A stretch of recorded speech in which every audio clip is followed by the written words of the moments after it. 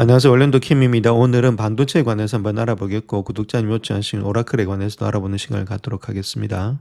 자, 트럼프가 전국 연설에서 2020년도 대선 관련된 주장을 재차 강조하면서 중국의 개입을 주장했다 이렇게 말하고 있죠. 트럼프가 여기 목숨을 거는 이유가 어디 있는지 그런 것도 우리가 한번 체킹해 봐야 되겠죠. 자, 트럼프는 전국 연설에서 미국 시스템과 유권자 정보 보안에 대한 의혹을 갖다가 제기했다 그렇게 말하고 있고 2020년도 대선 과정에서 중국이 광범위하게 개입했다는 주장 등 수많은 주장을 펼쳤지만은 사실기관들에서 곧바로 반박이 되었고 자, 그의 측근들은 11월 중간선거를 앞두고 선거 구도를 재편하려는 그런 움직임이 있다 이렇게 말하고 있죠. 그럼에도 여론조사에 따른 민주당이 하원의 다수당을 차지할 가능성이 높다 이렇게 밝히고 있는데 자, 트럼프가 이렇게 지금 이제 중간 선거에 목을 매는 이유가 있죠. 우리가 예를 들어서 이런 겁니다. 만약에 민주당이 하우스를 갖다가 가져간다. 자, 그렇게 했을 때는 지금 트럼프가 하고 있는 일은 AI 쪽이죠. AI 쪽에다가 다 밀어붙이고 있다는 겁니다. 인텔도 사고 있고, 뭐 양자 컴퓨터에도 돈도 뿌리고 있고, 자, 그와 더불어서 뭐 프리멘트 맥모리 히토리에다가도 주식도 사고 있고, 그 정부 주도로 모든 주식을 사서 정부 주도하에 끌고 가려고 하는 것이 AI라는 거죠. 그 AI라는 생산성을 통해서 물가를 낮추려고 하고, 자, 그 다음에 그 크립토 법안을 통해 이런 것들을 통해 가지고 전부 다 AI와 관련되어 있다는 겁니다. 자, 그런데 자, 민주당이 하원을 갖다 차지한다는 이유는 하우스가 차지한다는 그 이유가 되겠죠. 그렇게 했을 땐 예산이 여기에 다 묶여 있습니다. 하원에서 예산안을 다 처리하기 때문에 돈을 안 준다는 겁니다. 돈을 안 줄 때는 AI가 좀 주춤할 수 있다. 이렇게 한번 볼 수 있겠죠. 그래서 지금 다수당을 갖다가 어디에서 일단 차지할지 저 그거 이제 관심을 가지시면서 만약에 하원이나 아니면 상원까지 뭐 차지하면 답이 더 없는 거고 자, 하원까지 차지했을 때도 이렇게 AI에 대해서 약간 좀 주춤할 수 있다. 이런 것들 한번 체킹해 보자 이렇게 말씀드립니다. 자, 우리가 지금 반도체가 많이 올라가가지고 지금 조정을 많이 받고 있어서 뭐 30% 이상 조정 받았으니까 조정을 많이 받았다 이렇게 생각하시는 분들이 계시는데 자, 거기에 대해서 한번 따져보겠습니다. 자, 날짜를 정해서 한번 따져볼 것 같으면 2015년도 자, 그러니까 4월 7일이죠. 그때부터 시작해가지고 2060년도 3월 27일까지 거의 뭐 1년이죠. 그 1년 동안에 얼마만큼이 올랐는지 여기는 일단 싹습니다. 요거 자체는 이제 반도체 지수다 이렇게 보시면 되겠죠. 요건 일단 S&P 500 지수다 이렇게 말씀드릴 수 있는데 자, 그런 가운데 여기도 마찬가지입니다. 똑같이 1년 동안에 몇 프로씩 몇 프로씩 올랐는지 그거 한번 봐야 되겠죠. 자, 그렇다면은 2015년도 여기 삭스부터 한번 보겠습니다. 여기서부터 저점에서부터 시작해서 고점까지 올랐던 폭을 본다면은 144% 올랐죠. 여기까지는 1년 동안은 144% 올랐고 자, S&P 500 한번 보겠습니다. S&P 500 같은 경우는 여기서 여기까지 올라갔으니까 적어도 한 45%. 자, 그러니까 적어도 한 3배 정도가 뛰었다는 겁니다. 여기서 여기까지 올라간데 한 3배 정도 많이 뛴 거죠. 1년 동안에 뛴 것이 한 3배 정도 뛰었다 이렇게 보시면 되겠습니다. 한 3배 정도 뛰었으니까 상당히 많이 뛰어 있는 그런 상태 있죠. 자, 그 다음 또 우리가 한번 봐야 될 것이 여기서 여기까지 있죠. 그 다음부터, 그 다음이 더 중요한데, 자, 여기서부터 여기까지 한번 보겠습니다. 그래서 얼마만큼 뛰고 있는지, 그거는 2010년도 3월 달입니다. 3월 달. 그러니까 올해 들어서 3월 달에서 지금 이제 7개월밖에, 4개월 정도밖에 안 됐죠. 여기 훨씬 더 많이 뛰었다는 겁니다. 그래서 여기까지 보시게 되면은 반도체가 올라갔던 폭이 114% 되고 있죠. 여기 114%는 올라갔다. 이렇게 보시면 되겠고. 자, 여기를 한번 보겠습니다. 여기 몇 프로가 올라갔는지 봐야 되겠죠. 그렇다면은 지금 볼 수 있어. 여기서 여기까지니까 이거는 S&P 500이 올라갔던 건 한 20% 정도밖에는 되지 않고 있다. 이렇게 보시면 되겠죠. 여기는 지금 이제 몇 배가 올라갔냐면 적어도 지금 이제 6배, 뭐 5배 이상이 올라갔다. 여기는 3배인데 여기는 5배 이상이 올라갔다는 이야기가 되겠죠. 그러니까 이건 1년 동안의 3배고 이건 1년이 아니고 지금 이제 다 몇 개월 만에 한 4개월 만에 4개월도 안 걸리죠. 한 4개월 정도 되죠. 뭐 4개월 정도 보면 되는데 그 안에 5배가 올라갔다는 겁니다. 1년 동안에 3배 올라간 거는 원래는 삭스 지수가 좀 많이 올라가죠. S&P 500보다는 기본적으로 올라가는데 조금 더 올라갔다. 그렇게 보시면 되는데 여기 입장에서 본다면 이게 올라간 폭이 훨씬 더 지금 이제 반도체가 많이 올라갔다는 겁니다. 갑자기 그러니까 너무 많이 올라갔으니까 이제 조정을 받고 있다는 거겠죠. 자, 그 말씀드리는 거고 그래서 5배나 여기보다 많이 올라갔다. 그래서 오버슈팅이 났다 그 이야기입니다. 그래서 너무 많이 올라갔기 때문에 지금 이제 빠지고 있는 거지 펀더멘탈로 빠지는 게 아니다. 제가 그렇게 먼저 말씀을 드립니다.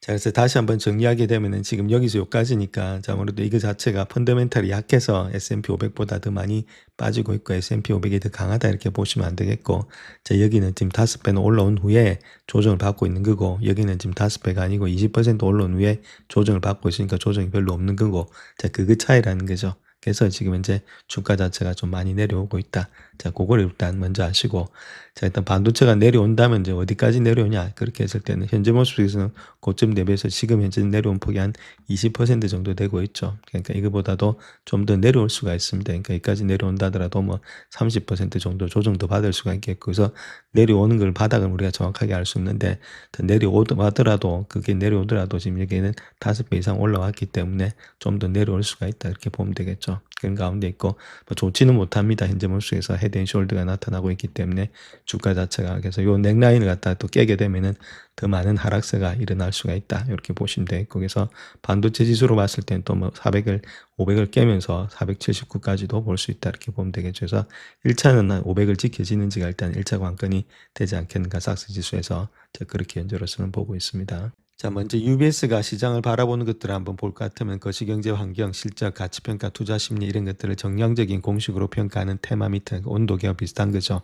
자, 그런 것들 이름해서 보유하고 있는데, 자, 최근에 주가 하락에도 불구하고 강력한 실적 전망 상향 조정과 유효한 거시경제 환경 신호에 힘입어서 AI 관련 테마가 다시금 상위권으로 부상하고 있다. 자, 그렇게 이야기를 하고 있고, 자, 그래서 지금 이제 다른 것보다는 실적 발표 시즌이 실적 호조를 뒷받침하는 상향 조정을 더욱더 강화될 것으로 예상이 되고 있다. 그래서 최근 많은 AI 관련된 주식의 약세가 근본적인 펀더멘탈과는 일치하지 않는다. 자, 그 이유는 뭐 부채의 축소라든지 차익 실현, 포지션 조정 이런 것들에 기인한 것으로 보여지고 있다. 이렇게 말하고 있고, 이런 현상은 미국에만 국한된 것이 아니고 유럽의 AI 기술의 활용이라든지 전력화, 재생에너지 이런 테마들, 자, 이런 것들이 거의 다가 지금 같이 형성되고 있다. 이렇게 말을 하고 있죠.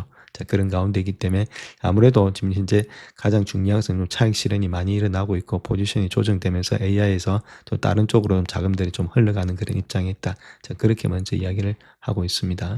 자, 그 중에서도 유망한 테마가 될 수 있는 것이 헬스케어다. 이렇게 말하고 있고, 헬스케어가 AI와 매력적인 시너지 효과를 낼 수 있다. 자, 그렇게 이야기를 하고 있고, AI 기반의 신약 개발, 임상 개발, 진단 등은 업계 전반의 생산성을 향상시키기 시작했다. 그래서 생명과학 도구는 수년간의 재고 감소 주기를 벗어나고 있는 것으로 보여지고 있다. 이렇게 말을 하고 있죠. 그래서 자본의 접근성의 개선이라든지 FDA 승인 증가, 그리고 활발한 인수 합병 등을 통해서 현재 상황은 지난번의 실적 사이클의 후반부가 아니라 새로운 실적 사이클의 초기 단계에 점점 더 가까워지고 있다. 그렇게 말을 하고 있죠. 자, 아무래도 이쪽으로 좀 더 많이 올라갈 수 있다. 그 이야기를 하고 있고, 그다음 실적 전망치의 수정치의 이로 인해서 좀 안 좋은 것들은 필수 소비재, 이미 소비재 부분은 아직까지는 약세가 되고 있다. 자, 그런 식으로 이야기를 하고 있습니다. 자, 그래서 가장 일단 지금 좋게 보고 있는 것은 US AI 테마다 이렇게 말하고 있고, 그 아직까지는 상승 여력이 좀 많이 있다. 그 다음 EU다. 그렇게 말하고 있고, 그 다음 GLP-1 이런 것들도 임상 실험이라든지 이런 것도 또 올라갈 수 있다. 자, 그렇게 이야기를 하고 있죠. 그러니까 이런 것도 미래적으로 좀 길게 보신다면 나쁘진 않다. 이렇게 말씀드릴 수 있겠고, 일라이릴리 그런 것들이 여기에 포함된다. 이렇게 보시면 되겠죠. 자, 다시금 반도체로 돌아와서 뱅크 오브 아메리카에서 이야기하는 3분기 메모리 주요 분석에 대해서 한번 보겠습니다. 서버 D램의 가격이 강세가 되고 있다. 이렇게 말을 하고 있죠. 그래서 고속 LPDDR5의 영향으로 전분기 대비해서 20에서 30%가 상승됐다. 현물 수요도 좋다는 거죠. 범용 DDR5라든지 DDR4의 수요 증가에 힘입어서 현물 수요가 증가되고 있고, 7월 가격도 전월 대비해서 상승이 되고 있다.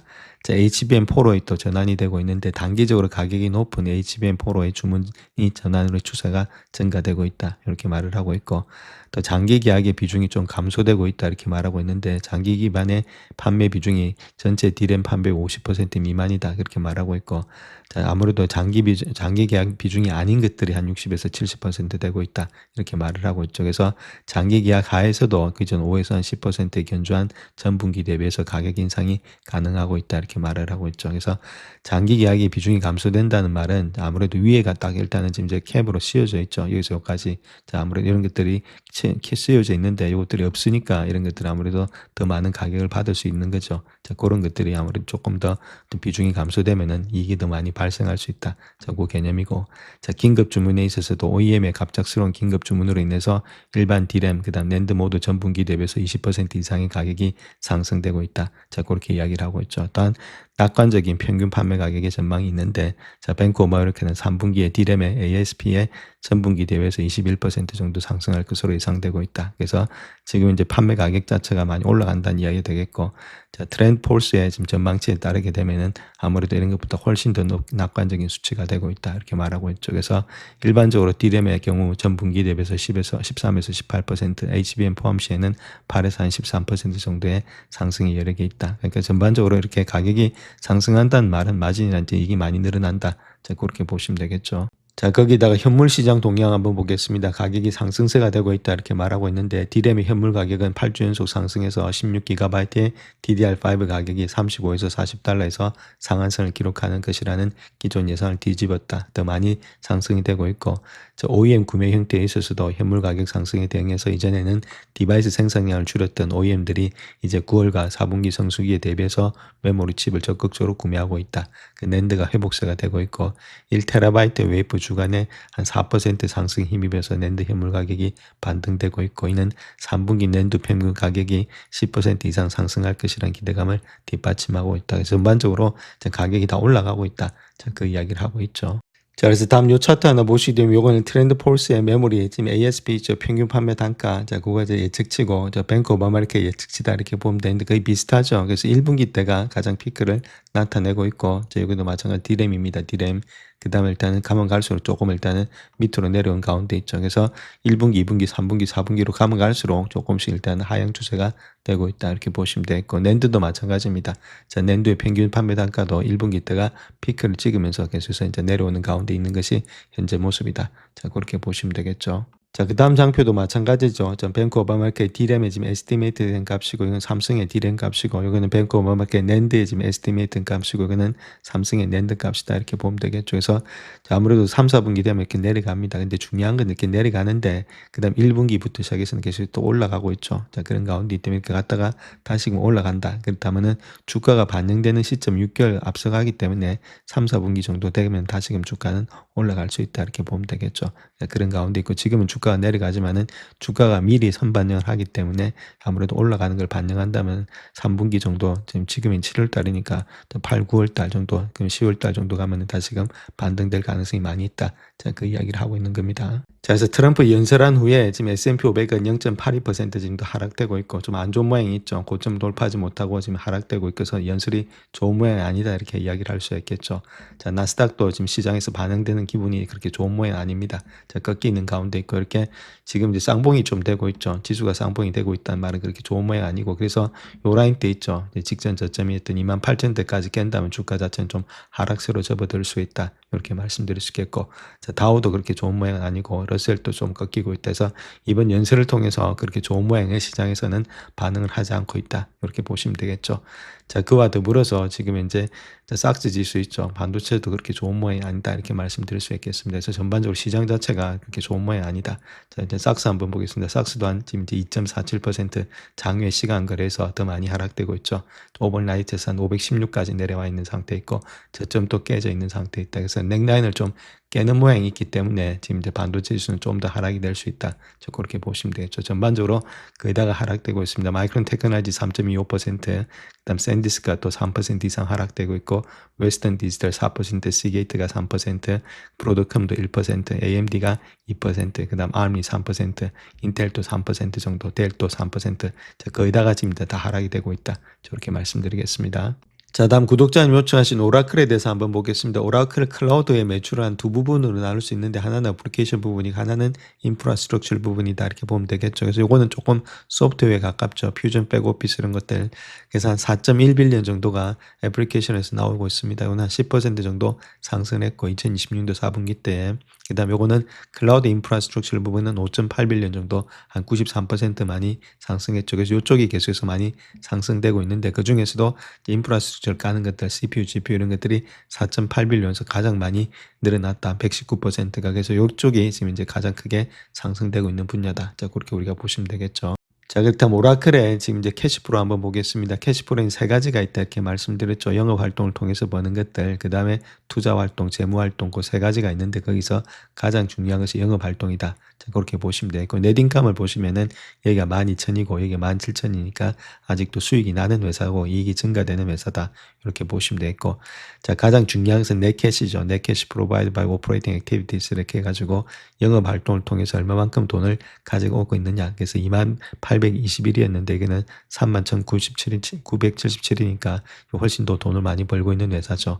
요거는 일단 상당히 좋은 모양이 있다. 이렇게 보시면 되겠죠. 그래서 영업 활동을 통해서 돈을 벌고 있구나. 자, 그걸 먼저 아실 수가 있겠습니다. 자, 그런데 지금 오라클에 문제가 되고 있는 것이 요 부분이죠. 지금 이제 인베스팅 부분이다. 투자 활동에 있어서 보게 되면은 마이너스 21,000인데 마이너스 51,000으로서 투자 활동이 더 많이 늘어나고 있죠. 캐펙스가 더 많이 늘어나기 위해서 투자를 많이 하고 있다는 겁니다. 채권을 발행해서 주식을 사서, 자, 그런 것들이 좀 많이, 너무 많이 해지면 이제 투자하고 더블 이상을 투자하고 있으니까 요것이 저번에 번 거 있죠. 지금 이제 영업 활동을 통해서 번 돈 31,977보다도 훨씬 많죠. 51,000이. 그러니까 이 정도로 벌고 있는 것보다도 훨씬 많이 이렇게 투자를 하면 어떻게 되느냐. 자, 거기에 대해서 문제가 되고 있는 거다. 그렇게 보시면 되겠고. 자, 거기다가 또 봐야 될 것이 파이낸싱이 있죠. 파이낸싱을 통해서도 돈을 계속해서 조달하고 있죠. 여기가 1,000인데 여기는 4만이나 되고 있다. 그래서 파이낸싱을 통해서 4만, 그 다음에 5만 1,000, 이런 식으로 9만까지 가고 있으니까 가지고 있는 지금 이제 돈을 버는 것의 3배 이상을 갖다가 투자라든지 재무 활동을 통해서 돈을 끌어들이고 있다. 자, 요것이 이제 문제가 되니까 주가 자체가 그렇다면 돈을 벌지는 못하고 투자만 계속하면 어떻게 하냐. 자, 그것 때문에 시장이 지금 망가지고 있다. 이렇게 보시면 되겠죠. 자, 그럼에도 불구하고 지금 오라클의 백로그 있죠. 주문 잔고는 상당히 많다. 638빌리언 정도 되고 있는데 지금 그 자체는 본다면 전체 매출의 한 10년치에 해당이 되고 있다. 엄청난 숫자가 있으니까 이런 게 없다면 문제가 되고 있는데 투자가 많이 되는 이유는 아무래도 이렇게 백로그 주문 잔고가 많기 때문에 그렇게 되고 있다. 자, 그런 타당성을 또 가지고 있죠. 자, 그래서 오라클에서 이야기하고 있는 내용은 지금 캐펙스 자체가 아무래도 48빌리언에서 70빌리언에서 2010년도에서 2017년도에 많이 늘어나고 있죠.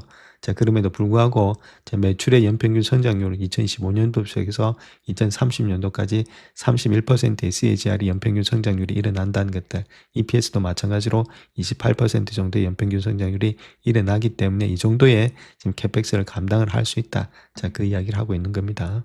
자, 그래서 2027년도 가이던스를 갖다 90빌리언 정도 예측을 하고 있고, 레버뉴는 자, EPS 난객 기준에서 8.05달러를 지금 기준을 하고 있다. 자, 그렇게 이야기를 하고 있죠. 그래서 YY 기준으로 34%, 여기는 YY 기준으로서 한 18% 정도가 증가될 것이다. 그렇게 이야기를 하고 있죠. 자, 그렇다면 밸류에이션으로 봤을 때는 한 154불 정도를 줄 수 있다. 이렇게 보면 되죠. 공정 가치가. 자, 12가지 정도 일단 밸류에이션을 통해서 자, 그렇게 나타났다. 이렇게 밝히고 있는데, 자, P 멀티플 같은 174불 정도를 받을 수가 있겠고, 이 정도 받는다. 자, 그 다음에 EBITA 같은 경우는 178불. 자, 그 다음에 10년치 DCF 모이는 한 211불. 그러니까 요점 좀 좋게 보면 한 170불까지도 볼 수 있다. 자, 그렇게 이야기를 하고 있죠. 자, 그 다음 또 EPS 성장률 한번 보겠습니다. EPS 성장률 좋은 가운데 있죠. 8.05, 그 다음에 10.92, 15.73 이렇게 계속 성장이 되고 있으니까 지금이 좀 바닥이 되지 않겠나 그렇게 보여지고 있고, 8.05죠. EPS 자체가. 그러니까 8.05에다가 우리가 밸류에이션 한번 보면 되는데, 자, 밸류에이션을 봤을 때 가장 일단 지금 16배수 받고 있으니까 적게 받고 있죠. 섹터 평균 24배수고 5년 평균이 22배수다. 그러니까 22배수는 충분히 받을 수 있지 않겠나. 자, 그렇게 볼 수가 있겠죠. 그래서 8.05에다가 뭐 20배수만 받는다더라도 22배수가 아니고 8.05죠. 거기다가 20배수. 자, 그렇게 했을 때는 주가 자체가 적어도 161불 정도는 나타날 수 있다. 자, 그렇게 우리가 보시면 되겠죠.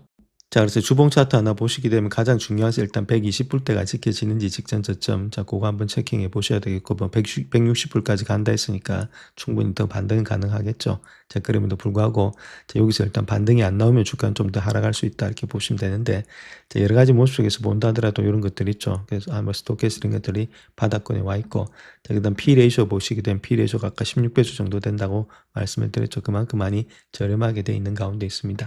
자, 그렇다면 그때가 언제냐면 16배수 나타났던 것들이 2023년도입니다. 그러니까 4년 전에 16배수였으니까 엄청나게 주가가 이렇게 떨어졌을 때 그때죠. 자, 그 정도 일단 하고 시간이 많이 지났기 때문에 이익이 더 많이 늘어났다는 겁니다. 자, 그렇다면 많이 지금 이제 과소평가돼 있다 이렇게 보면 되겠죠. 그렇다면 120불대만 지켜준다면 또 반등이 일어나는데 지금 제가 보는 관점에 좀 많이 내려온 거 아니냐. 자, 그렇게 현재로서는 보여지고 있습니다. 영상을 끝까지 시청해 주셔서 감사합니다. 영상이 도움이 되셨다면 구독과 좋아요 부탁드립니다. 감사합니다.